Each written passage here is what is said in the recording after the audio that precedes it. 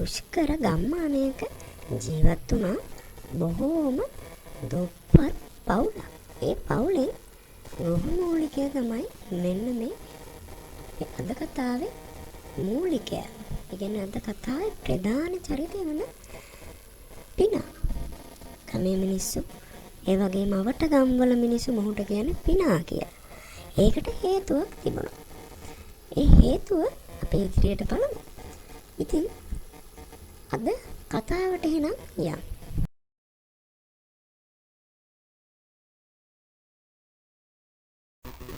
අනේ මන්ද මෙහෙම දුප්පත් වෙලා ඉන්නවට වඩා හොඳයි මැරිලා යන එක. ඇත්තටම මගේ ළමයින්ටත් හරියට කන්න මොන්න දෙන්න බැරි වුණා. දැන් මගේ මිනිබිරියටවත් කන්න මොන්න දෙන්න බැරි වෙච්ච හැටි.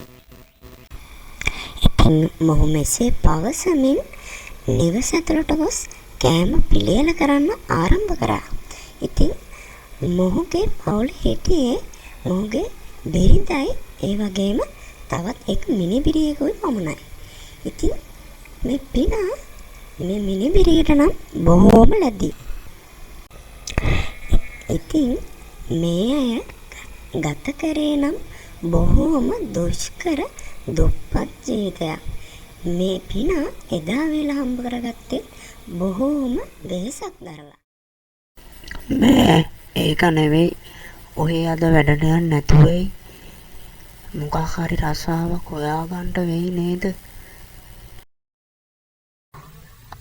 අනේ හාමිනේ මගේ වයසට මොන රසාද හාමිනේ. අද කුණී වැඩක් අත හොයාගෙන යන්න ඕනේ. ඉන්නකො බලන්න. අපි වගේ මිනිස්සු කුණී වැඩක් අත් එල්ලගෙන මට කැමති නෑ නෝනේ මිනිස්සු.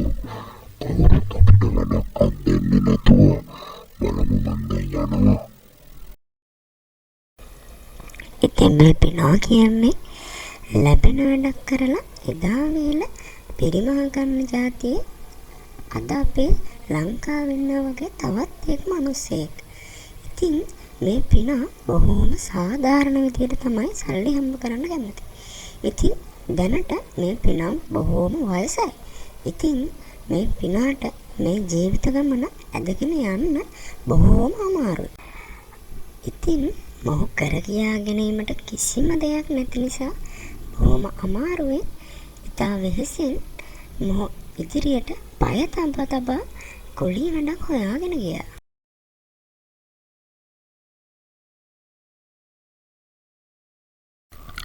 අනේ නෝනා මොකක් හරි වැඩක් තියෙනම් දෙන්න නෝනා. කර ගියා ගන්න කිසිම දෙයක් නෑ නෝනා. මෙතන මේ ඔයලා ඉල්ලගෙන එන වෙලාවට වැඩ දෙන්න ඔය හේතුවද මේක ෆැක්ටරියක් කියලා. යනවන්න හරි වද දෙනවා උදේ පාන්දර ඇවිල්ලා. මොනව කරන්නද? දුප්පත් වෙලා ඉපදුනාට පස්සේ මේ දුක විඳින්න වෙනවා. කමක් නෑ. වෙන ගෙදරකට හරි ගිහිල්ලා බලමුකෝ.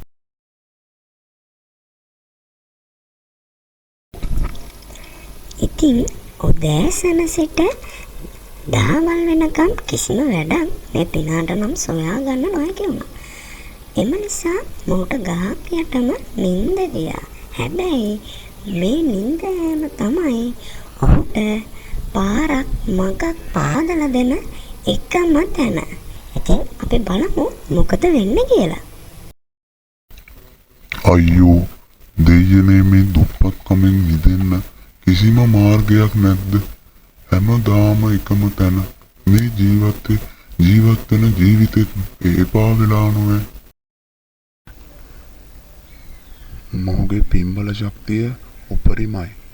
ඒක නිසා මොහුගේ මේ දුක් අඳෝන ඇවිල්ලා අහලා මොහුට උපකාර කරන්න ඕන, පිට වෙන්න ඕනේ. එම නිසා මාතන් පිටත් වුණා නම් හරි. ඉතින් මේ තමයි මේ දුප්පත් පිනාගේ අවසාන දවස් ටික දුප්පත්කමෙන් ගත කරන්න. ඉතින් මොහුගේ දුක්ඛ දෝනාවිල්ල ඇත්තටම දෙවි කෙනෙක් බැලුවා. මේ දේ හොඳට අහගන්නවා. මම තමුන්ගේ දුක්ඛ දෝනාවිල්ල අහලා දැකලා තමයි මෙතෙන්ට ආවේ. තමුන්ට පින්බල ශක්තිය වැඩි. තමුන්ගේ පෙර ආත්ම කර්ම නිසා තමයි තමුන් ඔහොම තමුන්ට මම දෙනවා තමුන්ගේ දුප්පත්කම නැති කරගන්න මාර්ගයක්. මොනවා මම මේ දකින්නේ ඇත්තද? මම හිතන්නේ ඇත්තක් වෙන්න බෑ. ඒ දෙවියනේ ඔබට කොහොමද මගේ දුක් අඳුනාව ඇහුනේ? ඇයි මෙච්චර කාලයක් මගේ දුක් අඳුනාව ඇහුවේ නැත්තේ දෙවියනේ? මට ඒකටත් උත්තරයක් දෙන්න දෙවියනේ.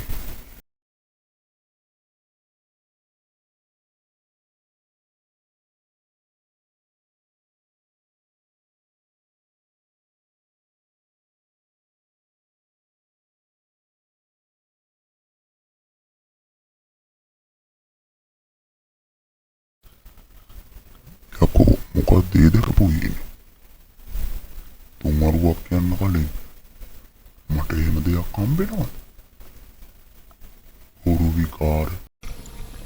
ඉතින් මෙසේ කියමින් මේ පිනා තවත් වැඩක් හොයාගෙන පිටත් වුණා. ඉතින් පිනා දන්නේ නැහැ ඔහුගේ දෛවය වෙනස් වෙනවා අත දවස ඇතුළත කියලා. අනේ මහත්තයා හරියට කන්න බොන්නවත් නෑ අපේ ගෙවල් වල මිනිස්සුන්ට. වැඩක් තියෙේ නම් මොකක් හරි දෙන්නකො මහත්තයා කරලා දෙන්නම්. අනේ ලොකු නෑ. එහෙමද කියලා නම් වැඩක් නෑ මෙහි. හැබැයි අන්නර පිටිපස්සේ තිබ්බා වල් වැවිලා. ඒ වල් ටික උදුරලා දාන්නකෝ. අනේ මහත්තයෝ උදේ ඉඳන් වැඩක් නැතුව ඇවිද හිටිය මහත්තයෝ. මහත්තයාට පින් සිද්ධ වෙනවා මහත්තයෝ. ඉතින් මෙසේ කියු පිනා බොහෝ සතුටින් වැඩ ආරම්භ කළා. නමුත් පිනාගේ දෛවය වෙනස් වීමට ඇත්තේ තව සුළු මොහොතකි. දෙයියනේ මේ මොකද්ද මේ? මේක වෙන්න විදියක් නැහැනේ. මේ මං අර හිණෙන් දකපු දියම ගන්න. ඇත්තටම ඇත්තක්ද ඒක එතකොට? අම්මෝ මේක නම් දෙවියන් වහන්සේ නිසාම තමයි හම්බෙලා තියෙන්නේ. අනේ දෙවියන් වහන්සේ ඔබට ස්තුතියි. ඉතින් මෙසේ කියු පිනා මහත් පුදුමයෙන් ඒ දෙස බලා සිටියා. ඉතින් පිනාගේ දෛවය හැර වූ මොහොතයි මේ. ඉතින් පිනා තම වැඩ කරපු මුදලවත් අරගන්නේ නැතුව තමන් පිටිපසවත් නොබලා ඉතා ඉක්මනින් අර වස්තුවත් රැගෙන පිටත් වුණා.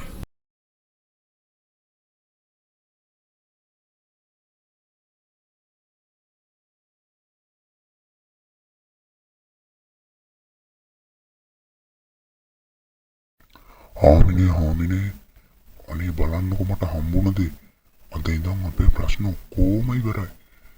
හාමිනේගේ ප්‍රශ්න මගේ ප්‍රශ්න මේ පුංචි දරුවගේ ප්‍රශ්න ඔක්කොම ඉවරයි. මේ මට එකක් කියනවා. ඔය මේක හොරකම් කරාද? මට ඇත්ත කියනවා. කොහෙන්ද මේක ගෙනාවේ?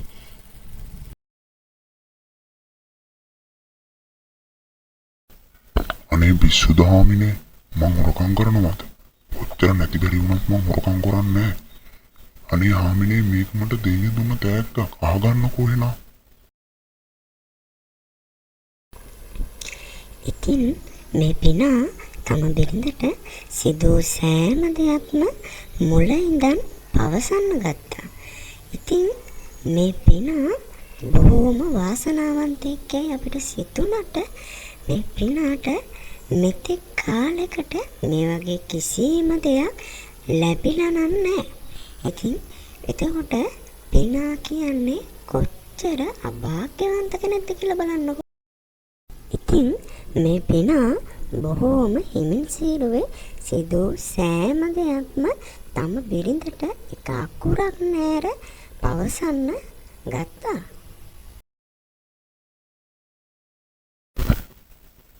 ඕක තමයි හාමිනේ සිද්ධ වුණ දේ. ඇත්තම සිද්ධිය ඕක තමයි. මම නම් හිතන්නේ මම මාරම වාසනාවන්තයෙක්. මන් දැන් යනවා හාමිනේ මේක විකුණගෙන එන්න.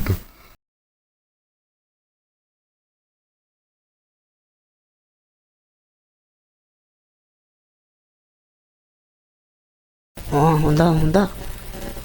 ඔය නම් වාසනාවන්තයි. බොහොම පරිස්සමින් යන්න ඕනේ නං හොඳේ. හොරහතුරු වැඩි මේ දවස්වල. එනකොට ළමයාටත් මොනවා හරි අරගෙන ආවනම් එහෙනම් බුදු සරණයි. අද දෙවියන් අපගේ මූණ බැලුවා කාලෙකට පස්සේ. අද දෙවියන් අපගේ මූණ බැලුවා කාලෙකට පස්සේ. ඉතින් අද තමයි මේ පිනාගේ ජීවිතේ සතුටුම දවස. ඉතින් ඒ සතුටට මෝ සින්දුවගොත් මුමුණම තමයි යන්නේ. අද වෙනදාටත් වඩා පිනාගේ මුහුණේ සතුටු හිතෙන පාටක් තමයි තිබ්බේ. ඉතින් පිනාට මේ ගමන යන්න තිබෙනම් දුම්රියක තමයි. පිනා එනකොටම තමයි යන්න අවශ්‍ය දුම්රියක් පැමිණුනේ. ඉතින් ඒ තරමටම අද දවස පිනාට වාසනාවන්තයි.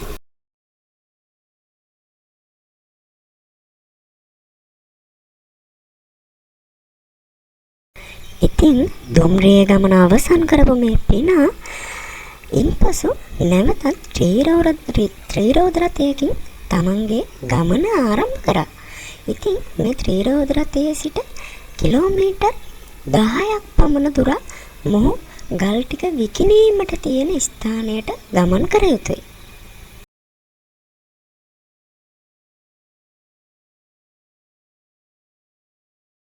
ඉතින් ගල් ටික විකිණීමට තිබෙන ස්ථානයට මොහු පැමිණියා. අපොයි මගේ දෙයියනේ මම දැන් අර මිනිස්සයා දාලා කිලෝමීටර් 10ක් විතර ආව නේද? ඒ මිනිස්සයාගේ නේද මේ පාර්සල් එක? අපොයි දෙයියනේ මේක තියෙන්නේ මැනින් ගන්න නේද? මම හිතන්නේ මේවා කෝටි ගාණක් වටිනවා. මොකද කරන්නේ? ගිහින් දෙන්නත් හිතෙනවා තියාගන්නත් හිතෙනවා. මොකද කරන්නේ? අනේ දෙයියනේ හැමදේම ඉවරයි. මගේ ගල් ටික කොහෙද තිබ්බේ? මම හිතන්නේ අර ට්‍රීවිල් එකේ අමතක කරලා බැස්සා. ආයිතින් ඕක හම්බෙන්නේ කන්නේ. දෙයියනේ අතර ආපු දේ විකුණු ගන්න බැරි වුණ හැටි. මම මොන වගේ පව්කාරයෙක්ද දෙවියනේ. මට මේක කරගන්න ඕනේ නෑනේ. අර මිනිස්සයාට මේ ටික ඉක්මනටම ගිහින් දෙන්න ඕන. ඒ මිනිස්සයා අඬා වෙලපෙනවද දන්නේ. හේතුව මෙතන ඉතින් කෝටි ගාණක ගල්නේ. මට අනුන්ගේ දේවල් වැඩක් නැති හින්දා මම මේ ගිහින් දෙනවා. ලොකු නැහැ මේ පාර්සලේ ඔයගෙන මම මේක අරන් ආවා. ඉතින් මේක වෙන මිනිස්සෙන් නම් අරන් එන්නේ නැහැ. අනේ මගේ පුතාට කොහොම ස්තුති කරන්නද මන්ද. පින් සිද්ධ වෙනම පුතේ. පුතේ ඔහොම ඉන්න මං ඕක දීලා එනකන් ඉන්නකො පුතා. ඉතින් මෙසේ කියූ මේ මහලු පුද්ගලයා ඉක්මනින්ම ගල් විකුණන්නා ගාවට පයින් යන්ට පිටත් වුණා.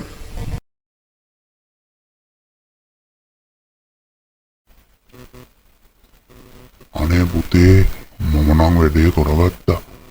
පුතාලා වගේ අවංක මිනිස්සු හින්දා අපි තමා ගොඩ යන්නේ. පුතාලා වගේ අවංක මිනිස්සු හොයන්න නෑ පුතේ. යම් අද පුතාට මම හොඳට සලකනවා.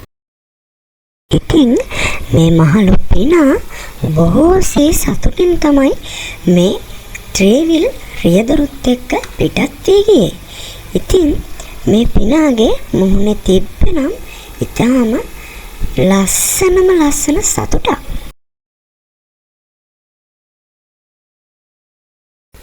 ඉතින් මේ පිනාට සල්ලි තිබ්බා නැතා කියලා නෑ. පිනාගේ අවංකත්වය ඒ විදිහටමයි හැමදාමත්.